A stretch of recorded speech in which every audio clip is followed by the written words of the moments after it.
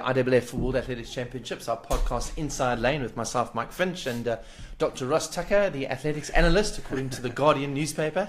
And big thanks to the Guardian for putting a tag through for our podcasts on one of their stories they did yesterday.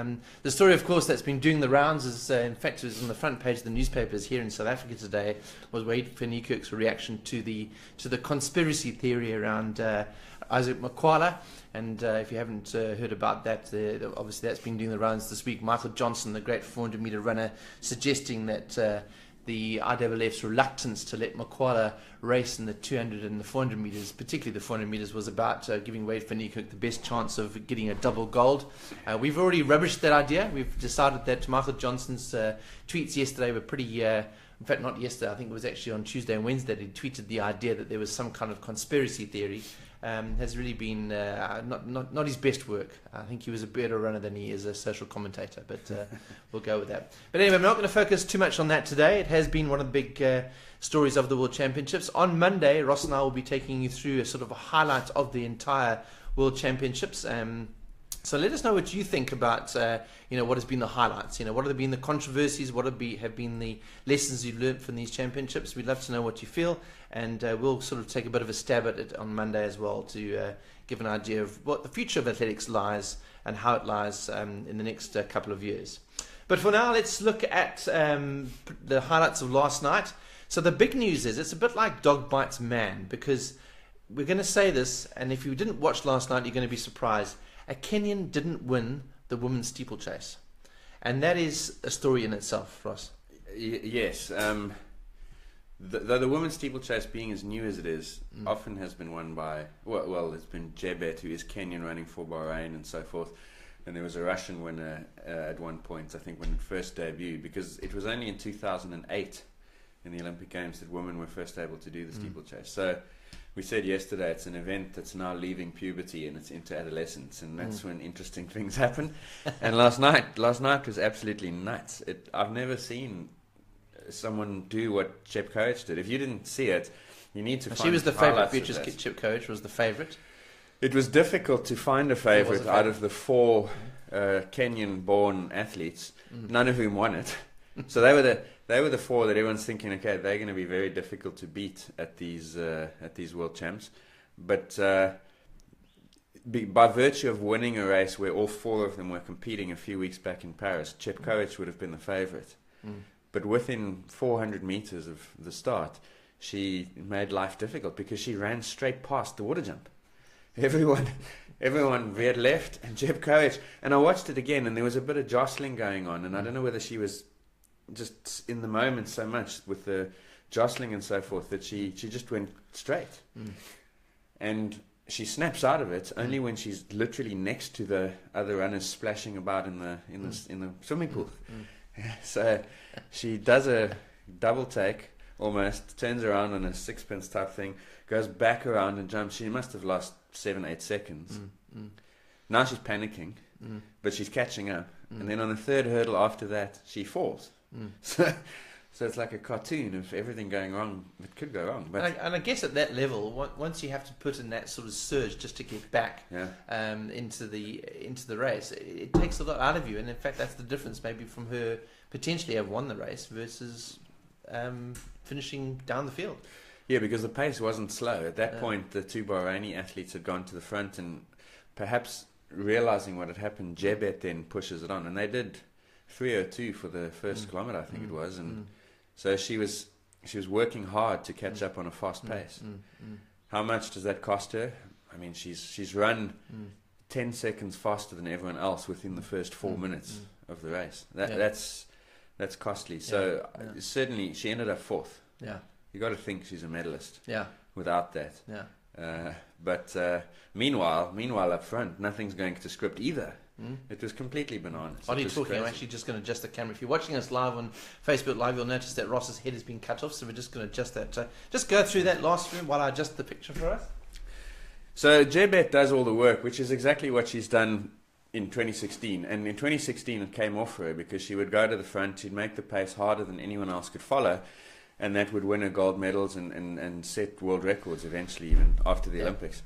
Yesterday it didn't work, and she found herself, again, because the event is a little stronger and everyone has responded to the level of performance needed, she finds herself with company, and she ran out of steam. So I think two things are, one is Jebet's not at the same level she was at, and everyone else has just closed that gap a little bit more. It looked at times that the two Americans were being stretched. It's hard to know. I mean, maybe Coburn was comfortable and she wants some space for the jumps. That happens. But with one lap to go, there were enough of them in contention. Jebet by that stage was gone. I was reading this morning, Coburn said many times, said yesterday that she, the whole way on that last lap, she was waiting for the Kenyans to come past her. And they didn't. And they didn't. Yeah. And then technically she's the best of them. So going into the last water jump, her hurdling technique now is worth 2 meters, maybe less, maybe 1.5 meters, but that's all it takes. 2 jumps, gold medal. So nuts. And then in second, it's not a Kenyan. Yeah. It's another American who's running 15 seconds faster than she ever has in her life, which is absolutely extraordinary. Well, that was Courtney Frerichs, who probably did the best celebration, I think, of the world champs. I don't think we've seen anybody celebrate quite like she did. I mean, she was emotional. I don't think she could believe it. As she crossed that line and saw that they finished first and second, she was awash with emotion, hugging, and they were lying on the ground there in this sort of sea of emotion, Anchorman style. You know, it was quite amazing to see, and it shows you where people's perception, even at that level, are. Beating the Kenyans is something quite special, an event which they traditionally are known to dominate. Yeah. If you're standing on the start line and you're a 9:19 athlete, which is her best going in, and you know that there are 4 women at 9, and even your teammates 9:07. You're always optimistic, I think, as an elite athlete, but you can't seriously be thinking, I'm going to hang on and run 9:04, 9:05. It's she must talk about shock. But there's no, I mean, I guess one of the interesting things about that is that there's always talk about whether you should run from the front if you're a certain kind of runner, or whether you should be following somebody from behind. Clearly, in the case of the Americans, they followed the Kenyan lead most of the time, but once they were in the front, it kind of psychologically gave them a boost that they were actually ahead of what they perceived as the favourites. Yeah, I think you hear the bell and you're there. So now it's forget about vests and nationals and histories and past. Like, you're there with 400 to go. You've done enough to put yourself in with a chance.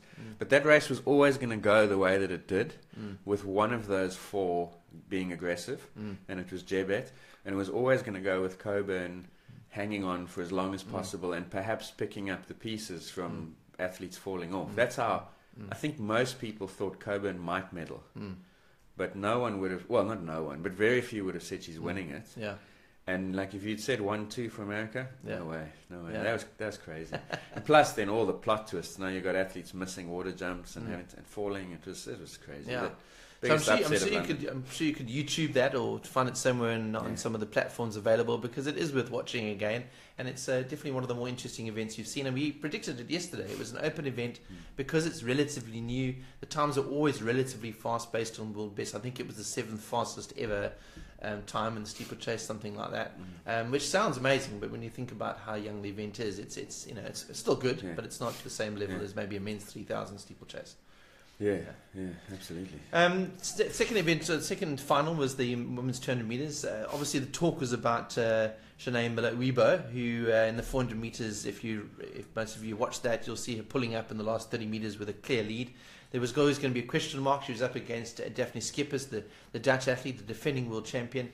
It turned out to be a race which went well for Schippers, but a fantastic performance from Uibo, despite all these problems she's had this week. Yeah, so that one we said in our preview, the medals were going to 3 athletes, and it wasn't a clear thing in the end, because from 3rd to 4th was closer than perhaps I thought it would be, but it was clearly from the semis. It was Schippers to Lou Miller. They were the separate class apart in that race, and the question for Miller, if we want to give her view of the race, is how close could she be with 80 to go, because she's going to finish it faster.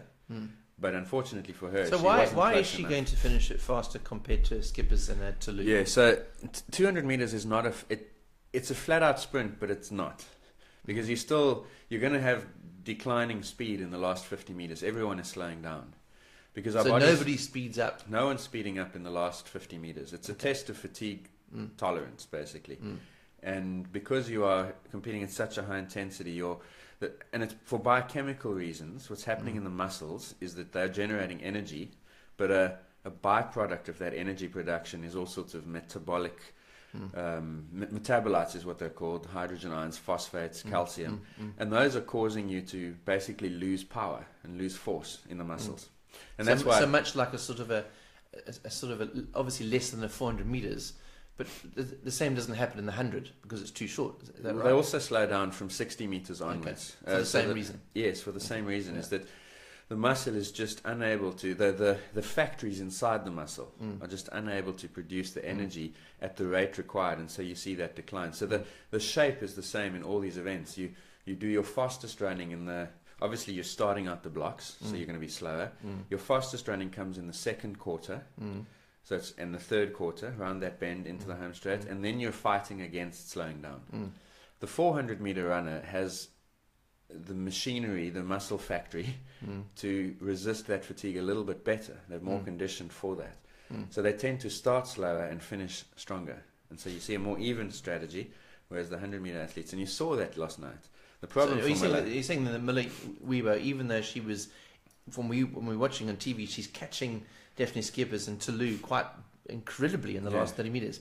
She's still slower than she was in that second quarter. Around the bend, yeah. Is she? Yeah. But the other ones are slowing down more. So it's a relative thing, and your eye sees the relative gap changing. You're like, look how fast she's finishing. It's just degrees of slowing down. So she's not accelerating over the last 30 minutes. She's actually just going faster than the rest. Correct, and that's the same in the 4 and all these events. And so it's only at about 1500 that you start seeing athletes capable of speeding up at the end. Because they can pace themselves differently. Yeah, and there's different fatigue. We spoke 2 days ago, I think it was, about what causes fatigue, and it's always context specific, and a lot of it has to do with the intensity. And so it's only once you get to the slower stuff that you see that classic end spurt. And that's a really interesting physiological phenomenon. So yes, the only other thing to add to that is that the IAAF have been doing this big biomechanics study, and the data yesterday afternoon finally started to drip through on Twitter. And at some point in the next week or so, there will be more of that. And then you will actually be able to superimpose the speed of Miller against the speed of Schippers and Toulouse every 10 meters. And you'll see that. You'll see that Miller's slowing down, but Toulouse and Schippers are really slowing down. Really slowing down. But she's conceded 5 meters in the first 100, and she's only making back 3 in the next 100. One of the things that I noticed last night, and maybe it's just a casual observation, is that most of those athletes in that women's 200 meters don't seem to fit the bill as you would see a traditional sprinter. Daphne Schippers does. She's reasonably compact. She's very strong on the quads. A lot of those athletes, including Shawnee Miller-Weber, very lanky athletes, and they were almost in Bolt-like, which is not a traditional. When you think about sprinters, you don't think of sprinters who look lanky. They look more like 400-meter hurdlers or 400-meter runners rather than 200-meter runners. If you go back, like Mary Jose Perec, you would have remembered from Atlanta. Very lanky. Yeah, she was a bit like a Shawnee Miller physique, actually. Yeah. You feel like if you saw a silhouette, you wouldn't be able to tell them apart. Yeah. Alison Felix is quite slight, and she's been for almost a decade now one of the top 2-4 athletes in the world. So you can do it. It just shows you that size doesn't mean power. You can be very powerful and very slight. And obviously, at some point, you start adding muscle that becomes negative because now you're accelerating a bigger mass, and takes more work. And there's been, obviously there's been a lot of talk around these World Championships around athletes doing the double. So we talked about Caster Semenya potentially going for the 15 and the 8. She only gets the bronze in the 15. Hopefully she'll get the 8 gold from a South African perspective. But the double in the sprint is the 200, 400 that Wade van Niekerk was going. He also misses that literally by 1 place. It seems like that double is more difficult than people probably believe, because it seems like you've had a short amount of time, short distances, you should be able to recover in time, but actually the athletes are proving it's not. There's a difference between 200 and 400 quite a lot. Yeah, and it's exceptionally rare. I think Michael Johnson in 96 was the first guy to do it. But in fact, I think he was the second, because at the same games, Perec did it. But going into Atlanta, it hadn't been done before. Yeah. So that tells you a little bit about how difficult it was. In the 80s, Marita Koch was an outstanding 400, 200 athlete. But that was all bets are off about athletes in the 80s and how you did that. But Miller and exactly Miller and Finicak show us how very difficult that double is to do. Part of it is, and they changed the schedule a little bit to allow it to happen. Remember, Finicak wanted to do it, and they had to adjust it. But even with that change, Finicak ran every single day for 6 days. Yeah. And yes, it's just a 200, and he's not maximal. But as we said in a podcast, I forget, a few days back, every single one of those efforts is actually a 2 to 3 hour day. Yeah. Because there's the warm up and the cool downs and the preparation and the mental energy and so on. So it's difficult. The 8:15, there's a lot of athletes doing that. Yeah. On the women's side, a couple of them in the final. And that one's a little bit more doable because they've actually got a couple days off in between. The 2-4, there's too many athletes, too many heats, and so you can't give them the days. I suppose when you're talking about 8 and 15, an athlete like Caster Semenya, for instance, in those first heats, even though she's running further, maybe the intensity level to get through to a semi and even to a final is less than somebody running a flat out 200, 400 on successive days. Yeah, so the recovery profile is different. Yeah. And we spoke again, it's cool how, I find it cool anyway, how themes keep coming back because the same things are relevant to all these discussions. Is if you go down to your local gym and you find, most gyms now have got these boxes, find the 60 centimeter or the 80, whatever you think is challenging, just do 10 jumps up and down to that. And you'll feel like you're not really working in the moment. It's tough, you'll push a bead by the end of it, but you won't be feeling like you do at the end of your park run. The next day, go and do it again, and you'll just feel like you have a puncture. Yeah. And so that high intensity stuff, it's a neuromuscular component that you don't get as a distance runner. So it's completely different. Whereas Farah, for instance, and we've got the men's 5,000s tonight, he was saying that after the 10 his legs were sore. That's just muscle damage from repeat high numbers of contractions. So the world famous DOMS. Exactly. Delayed onset muscle soreness. So everyone's going through slightly different things, but the key is how quickly can you get back to almost normal.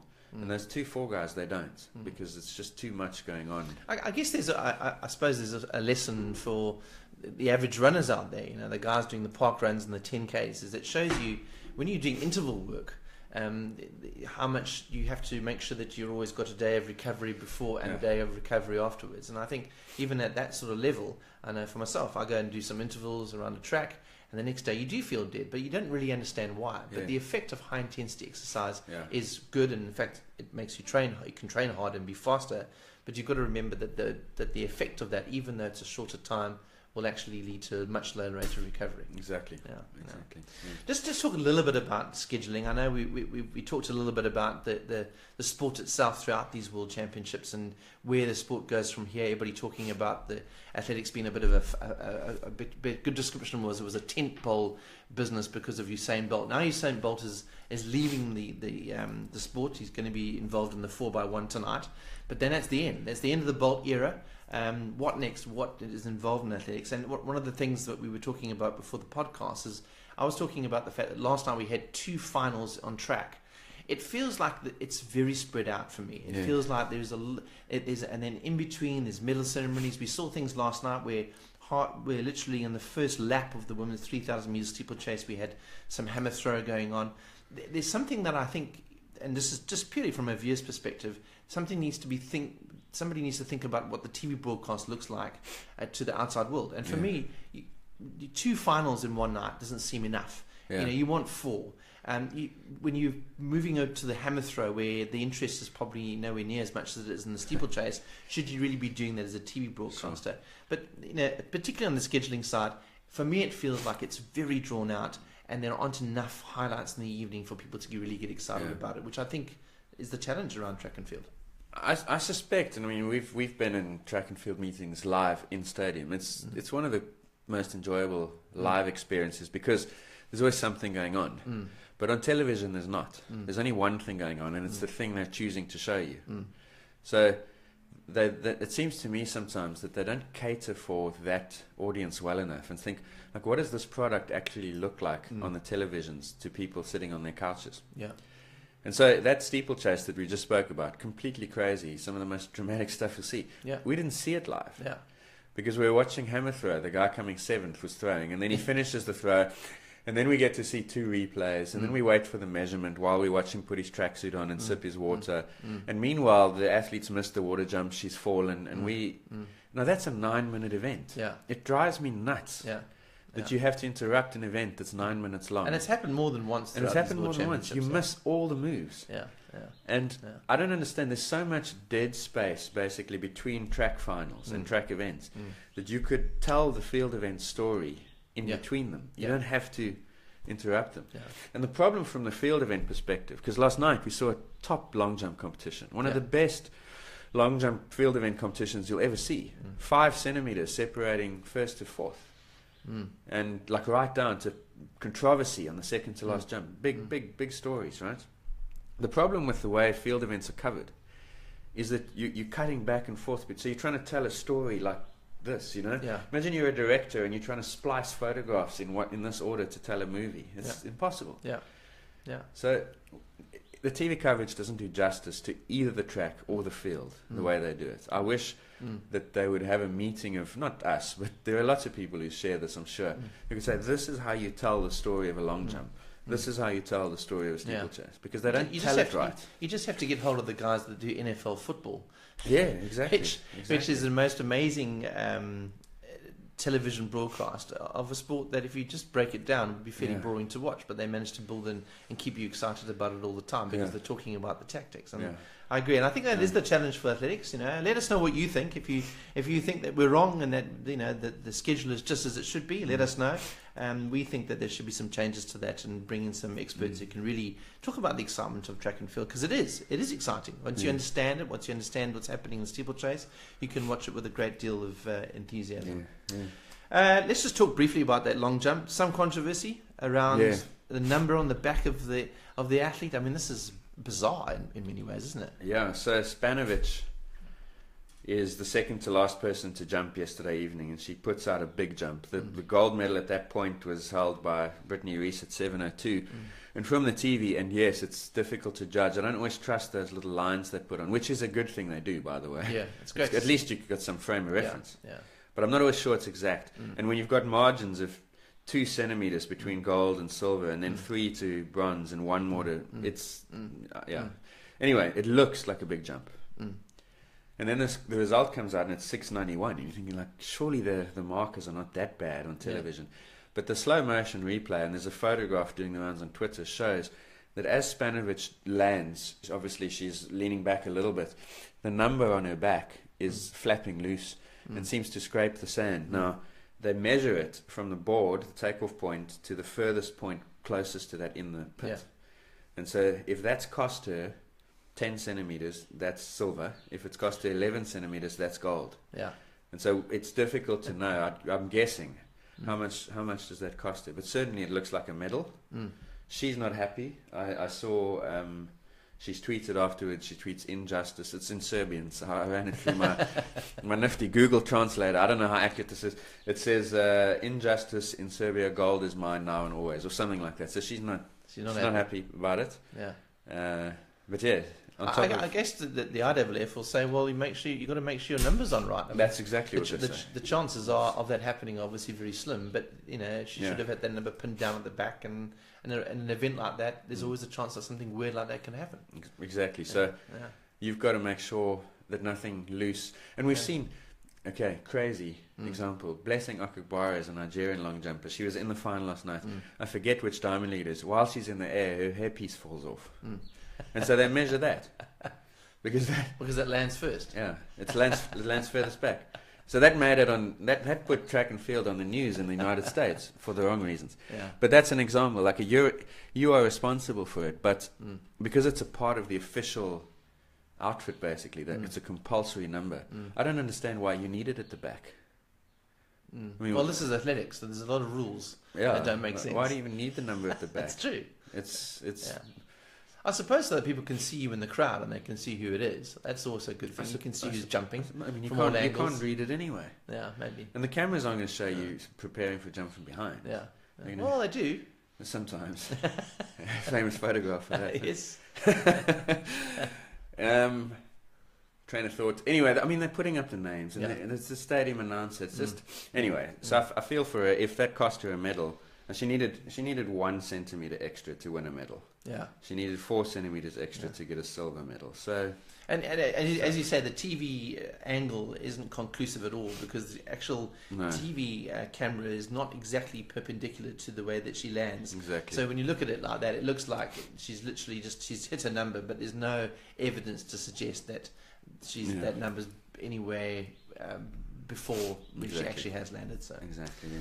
Anyway, interesting, and I'm sure maybe we'll hear more about this later on. I guess once they've leveled out the sand, they can't exactly go back and have a look at where you land. It's not like maybe they should be doing like they do on tennis. They can have a replay, and they can have a virtual line like they do tennis, and where did you land? A Hawkeye version of long jump. Who knows? Let's talk about finals tonight. There's a bit of excitement, a few more finals tonight than we've had, and also some excitement around the relays as well. The 100 meter hurdles for women. There's the 5,000 meters for men. That's probably the big one from a British perspective, with Mo Farah looking to do the double. We've talked ad nauseum about him and about his links. There were some stories up in the Guardian yesterday, which you were quoted on. He's looking good for the 5,000 final, no doubt. Yeah, it's difficult to see anyone beating him. The 5,000 seems unbelievably weak to me. The Kenyans are non-existent. They managed to get a guy in as a fastest loser. Kenya had a guy in the heats who got lapped. I mean, it's unbelievable.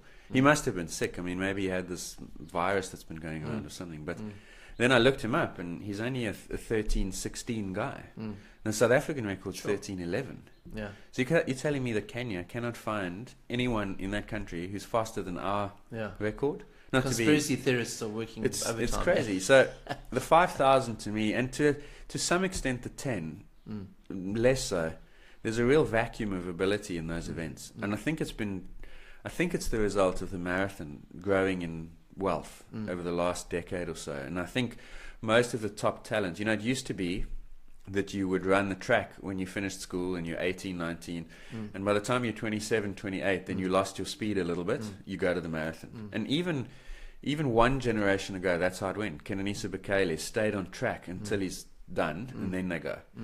Gebre Selassie did it, Turgat did it, they've all done it. It seems now that you go straight to the marathon. Yeah. Like, why waste 10 years slogging around the track when you can go and win $500,000 in a marathon? So but you have to win.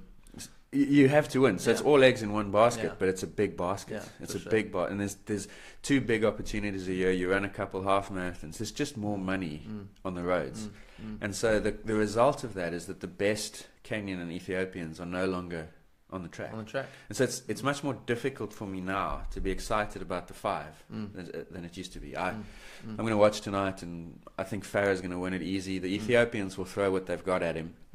And it's a bit more frenetic because it's shorter, so there'll be a big group. But it's going to. I think it'll go to script.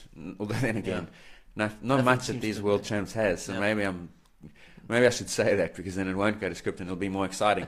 But I fully expect them to. It'll be slow. They'll build it up. The Kenyans will try something. 600 to go. Farah will be at the front, and it'll go exactly like it's gone 10 times now. Yeah. So. Yeah. He should have recovered it. I mean, he did suffer a little bit during the heats, but he should have recovered by now. A couple of massages. Yeah, and there's enough time. I mean, the five heats were 2 days ago, and the 10 finals were 3 days before that. They'll be fine. Yeah. Yeah. So we'll see what happens in the 5,000 tonight. As Ross has said, there's no such thing as normal at these World Championships. And we'll come to some of the stats on Monday when we wrap up the whole week or week and a bit of the World Champs, and talk about how each of the events has got a different country winning it, which is extraordinary if you think about it. Yeah, so far. Obviously that can change over the weekend, but there's an amazing array, a spread of nations across the gold medals. Yeah. The 4x1 is tonight as well. The initial heats, obviously the finals tomorrow. Usain Bolt will obviously be racing for Jamaica in the men's 4x1. Any thoughts on the 4x1? I love it. I think it's fantastic. Yeah. I know that this morning they're doing the 4x4 as well, heats. Yeah. They're also brilliant to watch. That's fun. And it's amazing. But I suppose the 4x1 is the sort of the ultimate excitement event in terms of it's the fastest guys in the world all on one track. It's difficult to follow, though. Yeah, it is. If there's one thing against the 4x100 heats, it's difficult to follow because you can't see the intricacies of what's happening in the changeovers. Yeah. And normally what happens is they'll all cross the line but one who's dropped a baton somewhere at the 200 meter mark, and then someone else gets disqualified after the race. Yes. So and the pressure is huge. So the fun about the relay is it's USA Jamaica, as it has been for years, and Jamaica in the men's side have swept that. So this is, by virtue of Bolt's retirement, perhaps the USA's last chance to dethrone that Jamaican team. So that'll be interesting. There's a story in that. Yeah. Then there's another story in who drops the baton. There's always always, and it's normally the US or Great Britain. Jamaica hasn't. Maybe it's their turn. But so that's interesting. Those heats are on, I think, right now. So that's worth having a look. And on the women's side, it's been a lot more even. USA, Jamaica over the years, they've sort of exchanged it. But the US, I think, if you look at the 100s, are probably slight favourites. In Rio, one of the best stories of Rio was the Japanese relay team came second. In the 4x1. Yeah, and you talk about a team being more than the sum of its parts. And if you can have a look at the changeovers, you'll see that they've clearly made an effort to optimize those. Because, I mean, you can go and look at who made the semis of the 100, and you'll see 3 Jamaicans, 3 USA, there's 3 Japanese guys. But on times, but it doesn't work like that, because if you can add, or if you can gain 0.2 seconds per change, that's half a second. Let's talk a little bit about the mechanics of the 4x1. Who goes? Which guy goes? Who's the fastest guy? Where should he go? Why does he always? I know that most of the time it's normally the last runner is the fastest runner in the team, but not always though. How do they decide on what order they go in? Well, the back straight allows you to, if you get it right, to have the guy run the longest distance. Because they have to change batons between 2 markings, either side of the 100 meter, 200 meter, 300 meter mark, right? So if you get it right, you can hand over to your fastest guy at the beginning of that zone, and he can hand over at the end. And so he can actually. So he's running number 2. Yeah, he can run number 2. Any one of the first 3 could run longer.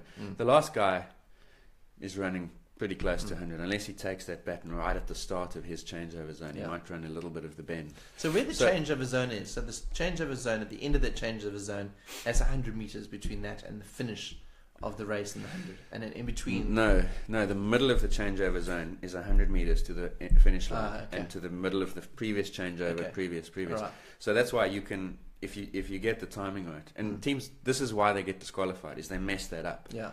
Because it's a real science to go at that speed and hand over a baton. Because the incoming guy is, as we've just said, like earlier in this podcast, he's slowing down a little bit. Yeah. And the outgoing guy is starting from a standing start. Yes. But if the receiver goes even a meter too soon, he leaves the incoming guy behind. Yeah. And then you've got this desperate situation where you just want to throw it at the guy. Yeah. And so oftentimes they mess up the changeover that way. They either drop the baton or the timing's not right. And the Japanese last year, if you think, okay, it's a stereotype, but you think like Japanese precision, that was what that relay was. So they were a team that was better than the sum of its parts. Yeah.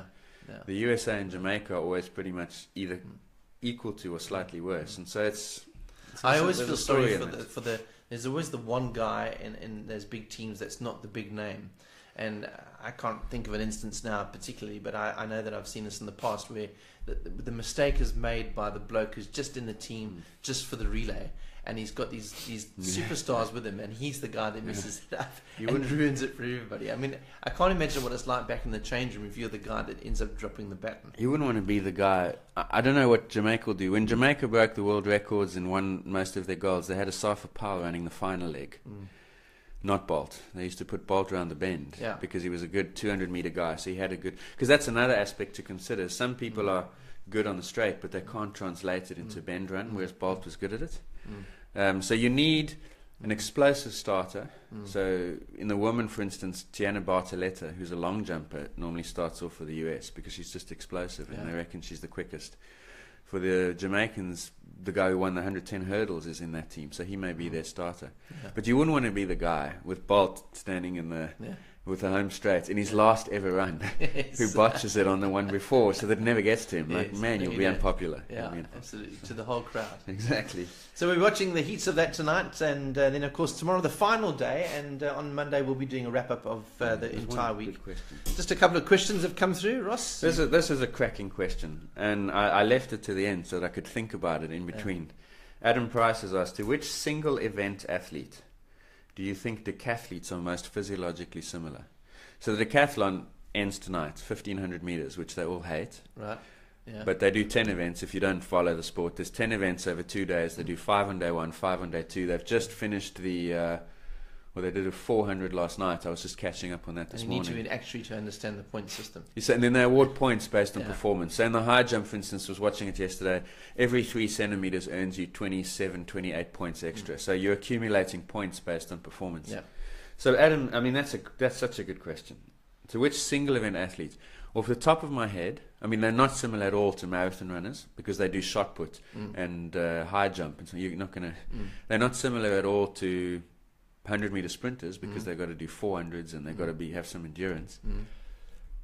If I had to guess, I'd say 400 hurdles. That is the athlete most like a decathlete or an heptathlete. Yeah, that's a single event guy because 400 hurdles is you've got to have tremendous speed, fatigue resistance, athleticism in terms of technique of running the hurdle. And so I would say that, but it's a really good question. Well, look at Daphne Schippers. I mean, she was a heptathlete. It's a heptathlete, yeah. I'd throw it out there and say it's more to do with the short sprints that they're most compatible because is not the physiology of an athlete based on fast twitch versus slow twitch muscle fibers, and therefore if you've got fast twitch muscle fibers, you can do things like throw things and jump things. Yeah. So it certainly is weighted more. You're right. It's weighted more towards the speed power events. Yeah. But they do shot puts and they do. So for instance, heptathlon. Since we're talking skippers, there's a javelin throw. So you're right. That's an event that a marathon runner is not going to excel at, whereas a sprinter can. Because it's the same explosive muscle and metabolic action. So you're right. It's a sprinter, but that's why for me. I was thinking 800, but they're not powerful enough. No. The 400 hurdle athletes for me are the power plus obviously tremendous speed. So something between a 200-meter runner and a 400-meter hurdler. It's a really good question. Then Peter Karuri, who based on your surname I'm guessing is in Kenya, says Mo Farah could get upset. The 3 Ethiopians are strong. They are, but I don't think strong enough. We'll see. I'll be hoping, but I don't think so. Join us tomorrow. If you're right, I'm sure you'll be on our podcast tomorrow we'll giving your you view. A tip of the hat. But we'll see how they do tonight. It's going to be an interesting night tonight. Some good finals tonight. And of course, the big events and finals and closing ceremony tomorrow. We'd like to obviously hear from you on our Twitter. It's Ross is on Science of Sport. And of course, Runners World SA is our Twitter handle, Runners World South Africa, and I'm on Mike Finch SA. So please feel free to tweet us. I know that Ross's Twitter feed has been very active this week, and very interested to hear some very vociferous debates going on Twitter at the moment around these World Championships. But I'm sure more will continue over these next couple of days. Thanks very much for joining us, Ross. We'll be back tomorrow around about 11 o'clock tomorrow, South African time, 10 o'clock in the morning, UK time. And feel free to send us any questions or comments between now and then. Cheers for now. Ciao.